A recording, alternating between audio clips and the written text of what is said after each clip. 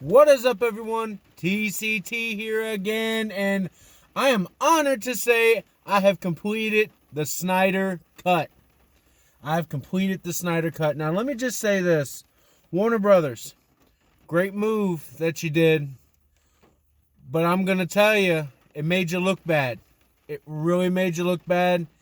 You guys have been a little off on your movies the last 5 to 6 years. You can tell things are getting cut out and people are not liking it. And I really noticed it with Dr. Sleep. You know, if those of you who haven't seen Dr. Sleep, it's a great Shining sequel. Theatrical cut was good, but I saw the director's cut 10 times better. Warner Brothers cut it down for time. Don't like that. I don't like that. I want every director to have their time to be able to do a vision. Now, granted, Zack Snyder added some things when they gave him the budget to complete this.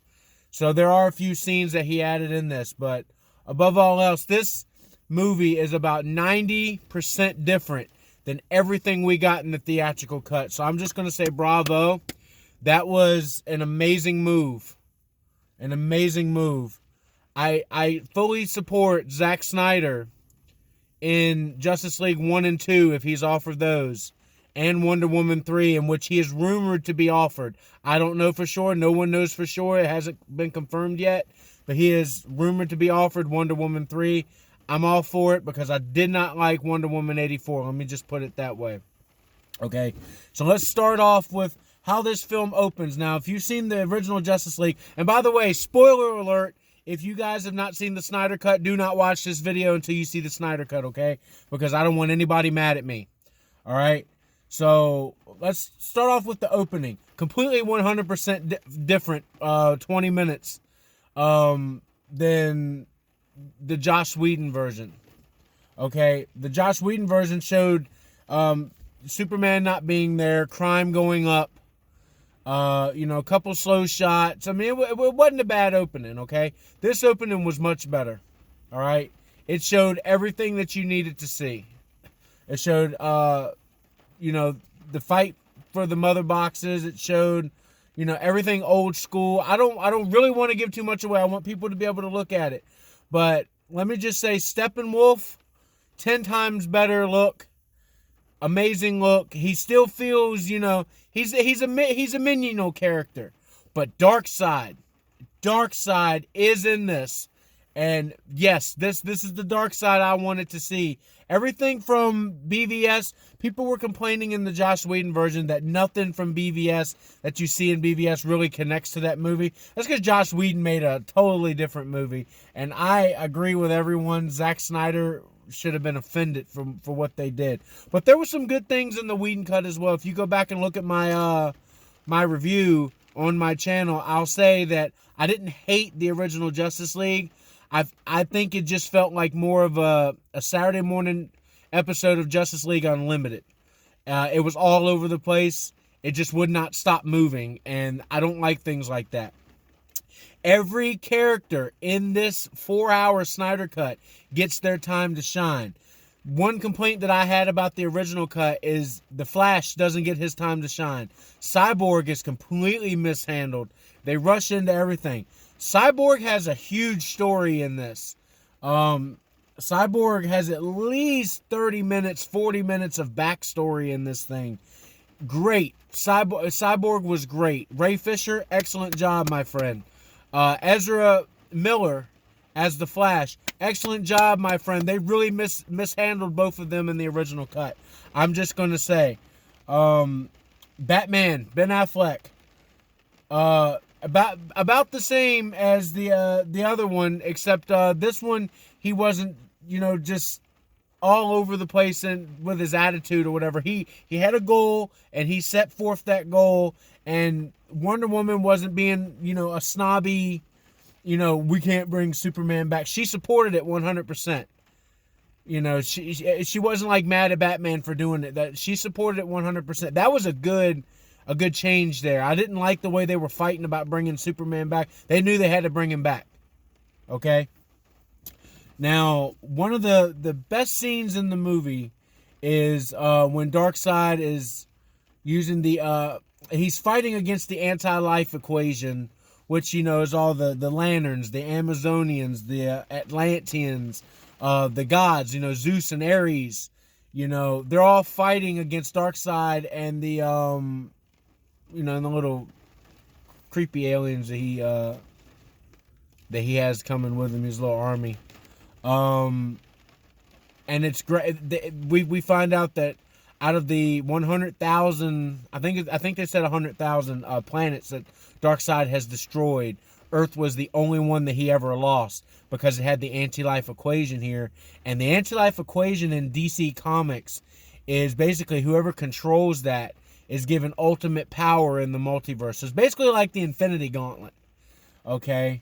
You're able to control everyone in the multiverse if you control the anti-life equation, which is sort of kind of like what's going on in Crisis on Infinite Earths on the television show.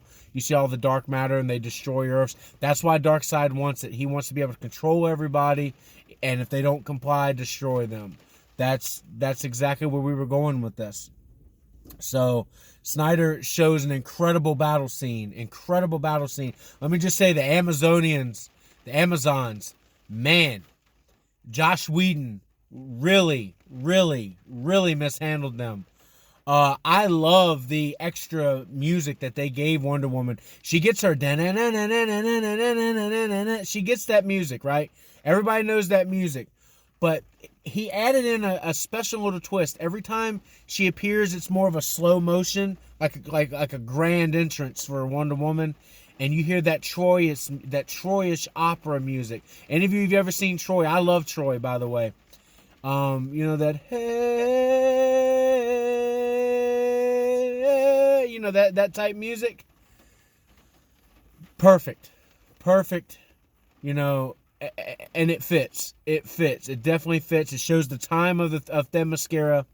It shows like all the BC and, you know, it's ancient music, and it fits perfectly.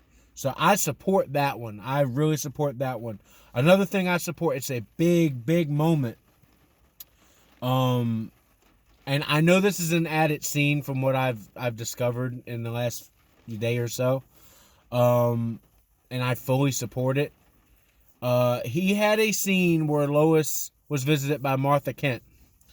And she was telling Lois, I understand how you feel. We're the only ones that knew who Clark was.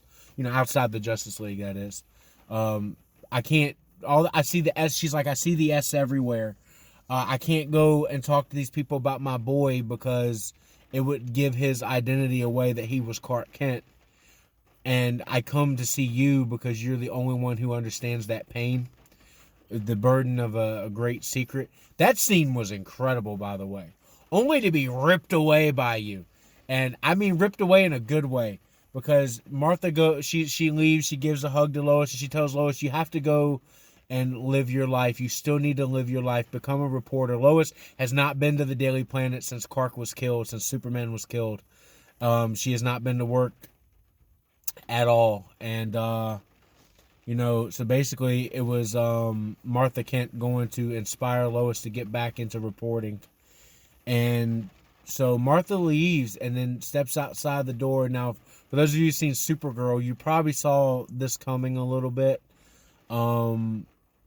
But it's a great moment, man. It had my jaw drop. I was like, I never thought they would do it in a live action movie. Okay. Turns out Martha Kent's eyes start glowing red. And when I see that, I'm like, there is no way. And then all of a sudden you see the change go across Martha Kent.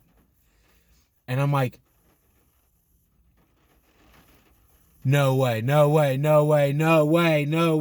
And it pans up. You see the cape. You see the black cape. It pans up. And there's Martian Manhunter. Martian Manhunter was taking the form of Martha Kent in order to get Lois to go back to work because the world still needs Lois Lane. Incredible. And guess who is the Martian Manhunter? Have you guys seen Man of Steel? I'm pretty sure if you're watching this video, have you seen Man of Steel? You've definitely seen Man of Steel. The general, the guy from, you know, the Matrix movies, the one that's been protecting Superman, is the Martian Manhunter. Now, that was a great casting choice, by the way. If he was always supposed to be the Martian Manhunter in Zack Snyder's eyes, great casting choice. That blew my mind, okay? That was an incredible, incredible moment in the DCEU, and they needed it. They really needed it. Not to mention, we do see some Green Lantern. We don't see Ryan Reynolds' Green Lantern at all. I don't know if he wanted to do it or whatever, because that movie was horrible. It had some good moments, but it was bad. It was really bad. But we saw the Lanterns. The Lanterns were fighting. During the BC era scene where they're all fighting Darkseid.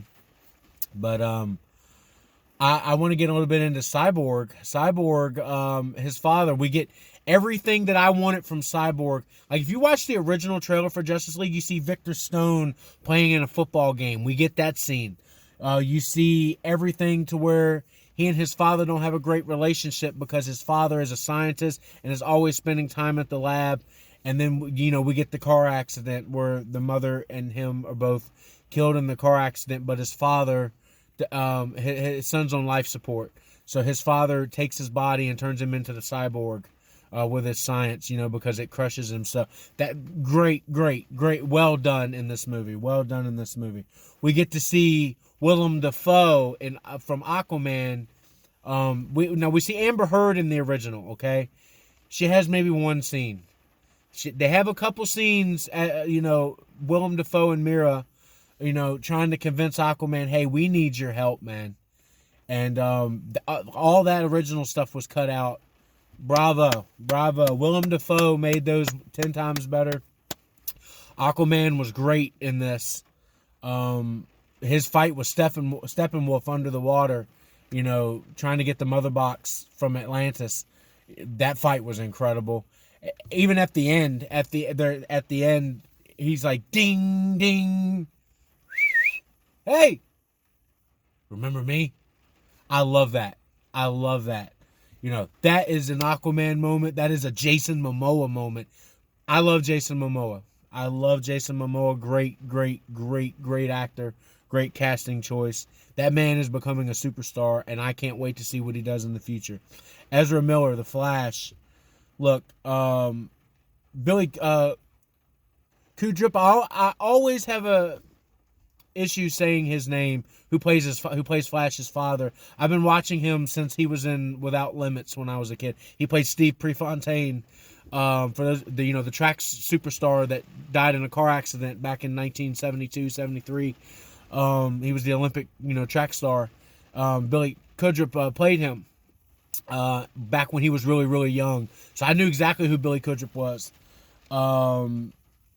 Great choice. Telling Barry, we get the scene in the original, but we don't get as much. Telling Barry, hey, I'm a drag on your life. He's like, please don't ever say that to me again. The end, we get all that stuff. And bravo.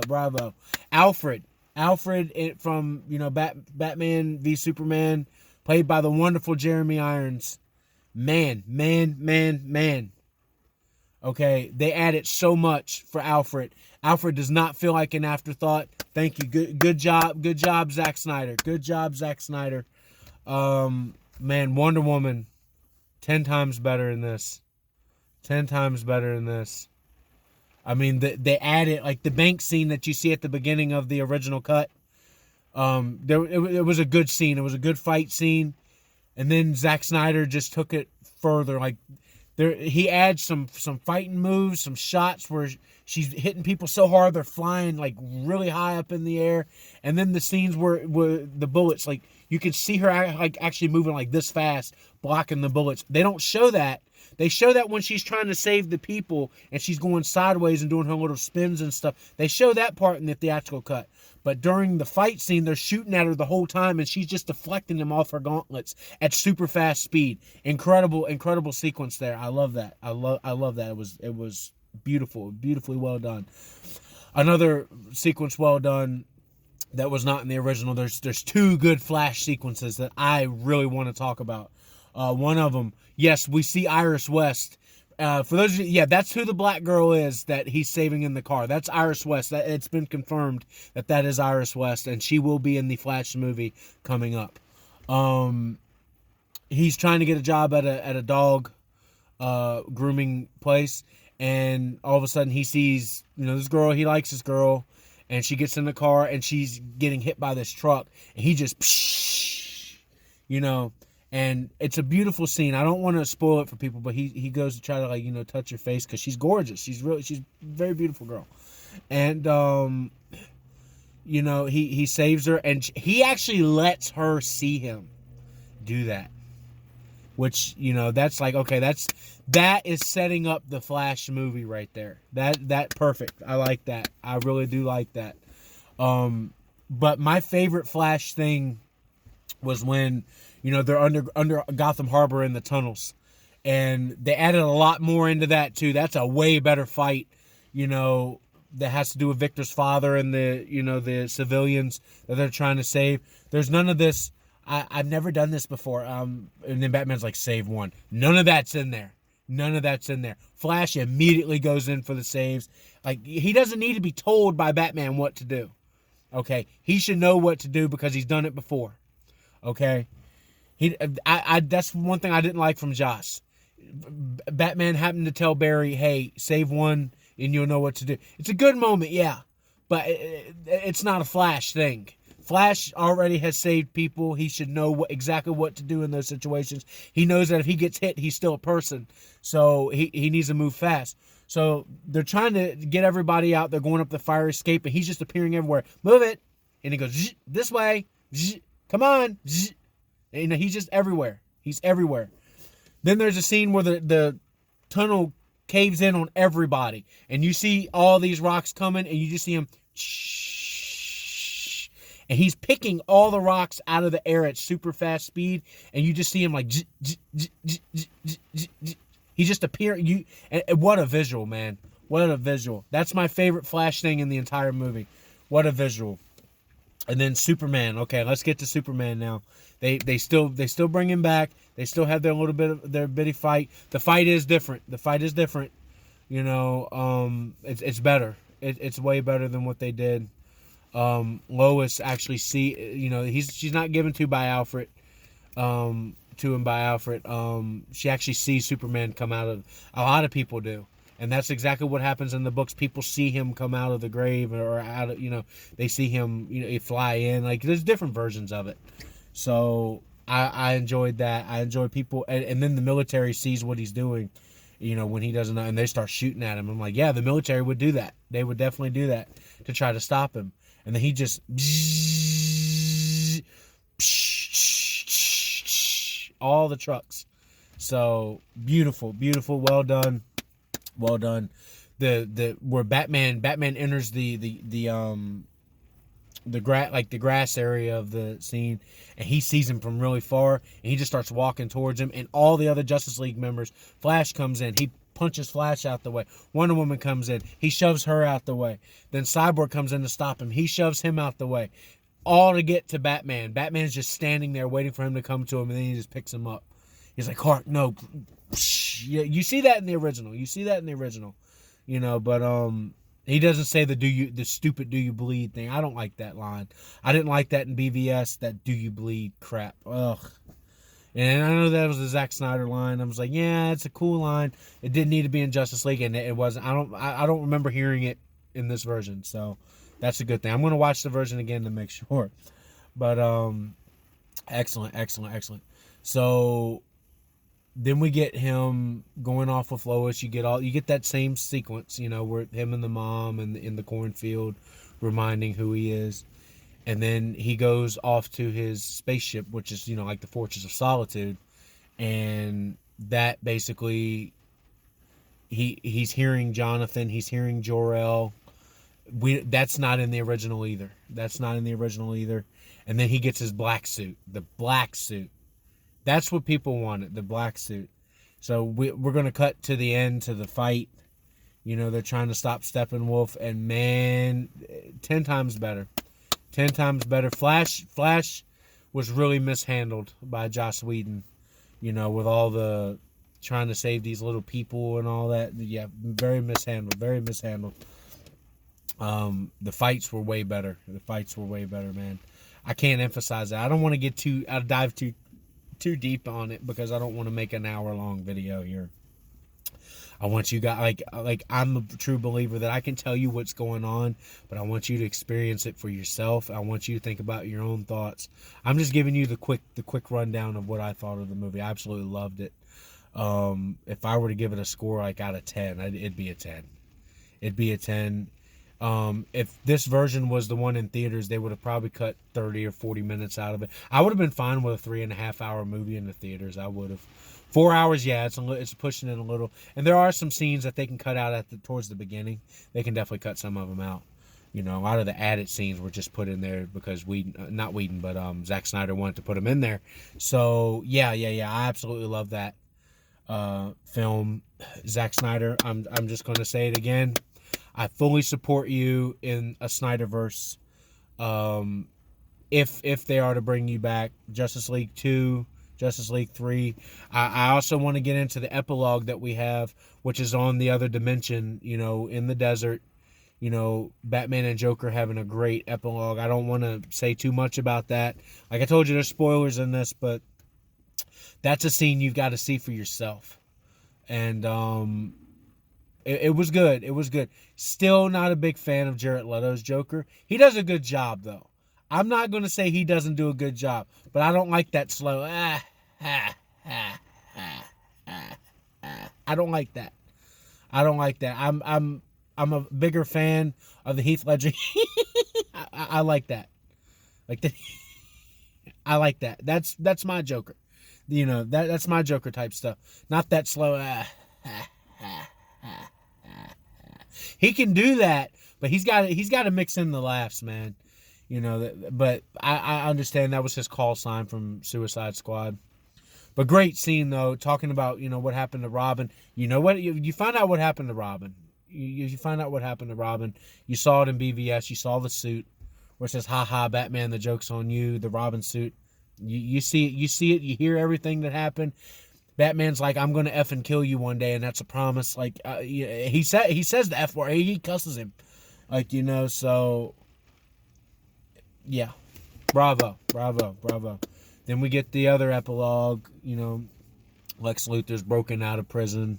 He's putting together the Injustice League. You know, everybody knows the Injustice League. You know, Deathstroke and, you know, maybe Livewire. Who knows who they're going to put in that? Okay, I'm not going to speculate, you know, anything about that. If Snyder even is able to do the next couple. From what I hear, if he does do number 2, it's going to be set on the other dimension. You know, it's going to be in the desert dimension, so that way we can see what's going on. And then the third one's going to wrap everything up. So that would actually be a very smart move to add it make it as a trilogy. So I fully 100% support that decision. But yeah, guys, if I were to give this movie a grade, just the fact that we got the Snyder Cut, we petitioned, we did everything we could, everything we had to do to get the Snyder Cut. I am completely happy with what I got. It's a very long movie, guys. So I did watch it in parts. I didn't sit through and watch the whole thing. I believe that if you watch it in parts and you take a little bit of a break, things stick with you more. Because if you sit through the entire 4 hours, you're going to be losing some things. You're going to get a little exhausted. Don't do that. Don't do that. There's a reason why he broke it up into parts, and that was a smart play. And I believe he did that to show you chapters, and then it also helps the reaction channels that, you know, that you're watching, that are watching that. You can do part 1, 2 right here. Then you can do 3, 4, and 5. Then you can do 5, 6, and 7. You know, I think there's like 7 or 8 parts. So maybe 9 parts. There's a bunch of parts of it. Good chapters though, and it really separates the movie well. For those of you who want to just watch it in parts, you can just go, okay, I watched part 1 this morning, I watched part 2 this afternoon, part 3. You know, you can watch it over the span of a couple of days, and that's actually a good thing. It's a good thing. So I really like that idea from Snyder. I love the music. You know, he added new music in there. Love it. And it's in 4:3, guys. It's in 4:3 because it was originally supposed to be on the IMAX screens, and in order to keep the integrity, they kept it at 4:3. Now, granted, if they release it on Blu-ray one day, they might stretch it back out into widescreen. We don't know. I mean, the Snyder Cut's definitely going to be a big hit. So I don't know what they're going to do if they bring it to Blu-ray, but I mean, the 4:3 thing doesn't bother me. I would like it to see it in widescreen, at some point. It's very good quality, very good 4K quality. So, if I'm going to give this movie a grade, Zack Snyder's Justice League, it's an A+ for me, man. Way better than the theatrical version. If you want to see the review that I had for the theatrical version, the link is in the description below. I distinctly said I did like it. I didn't love it though. I didn't love it. It was all over the place. But people were giving it too much grief. It wasn't bad. It just was everywhere. It was, and I watched it a few times over the last couple years. It's not a bad film. It's just all over the place, and it's easily missing things. You can easily tell that Joss Whedon was missing things, that WB cut things out. I do not like when they do stuff like that, man. I really don't like it. So remember to like, subscribe, favorite, and as always, this is TCT signing off. Zack Snyder's Justice League. Go check it out, HBO Max. Have a great day, everybody. See you next time. Bye-bye.